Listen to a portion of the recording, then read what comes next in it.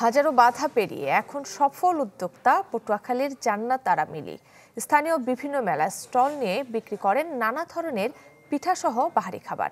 এলাকার নারীদের কাছে অনুপ্রেরণা হয়ে উঠেছেন তিনি।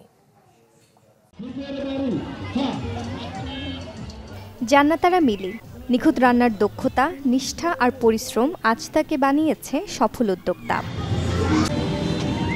পটুয়াখালীর বিভিন্ন মেলায় স্টল নিয়ে বিক্রি করেন নানান ধরনের পিঠা, আচারসহ বাহারি খাবার, যা দিয়ে প্রতি মাসে আয় করেন ৩০ থেকে ৪০ হাজার টাকা। বেসিক থেকে আমার ৩ মাসের ফুড প্রসেসিংয়ের উপরে ট্রেনিং করাও আছে, এছাড়াও বিভিন্ন আইটেমের উপরে আমার ট্রেনিং আছে। তো আলহামদুলিল্লাহ খুব ভালো সাড়া পেয়েছি। ফুড আইটেম নিয়ে উপজেলা পর্যায়ে কাজ করেও অল্প কিছু দিনের ভিতরেই ইনশাআল্লাহ অনেক দূর আমি এগিয়ে গিয়েছি। এবার পটুয়াখালীর বেসিক উদ্যোক্তা মেলায় অংশ নিয়েছেন মিলি। মেলায় ঘুরতে আসা দর্শনার্থীরা ভিড় করছেন মিলির পিঠা স্টলে। মিলির হাতে তৈরি পিঠা খেয়ে মুগ্ধ হচ্ছেন তারা। পিঠাগুলোর নাম আমরা আগে কখনো শুনিনি, নতুন ধরনের পিঠা। একজন মেয়ে হিসেবে উদ্যোগ গ্রহণ করা খুবই চ্যালেঞ্জের বিষয়। মিলির মতো ক্ষুদ্র উদ্যোক্তাদের সব ধরনের সহায়তা দেওয়া হচ্ছে বলে জানান বিসিকের সহকারী মহাব্যবস্থাপক।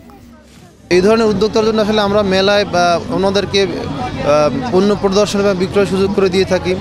এছাড়া আমরা বিসিকের নিবন্ধনের আওতায় ভুক্ত উনি অলরেডি আছেন, এবং আমরা উনি যদি চান আমরা বিসিক থেকে ওনাদেরকে ক্ষুদ্র ঋণ আমরা প্রদান করতে পারি। সংগ্রাম আর পরিশ্রমের মাধ্যমে জান্নাত আরা মিলি যেমন নিজেকে প্রতিষ্ঠিত করেছেন, তেমন অনেক নারীর জন্য অনুপ্রেরণা হয়ে উঠেছেন। Desk report, channel 24।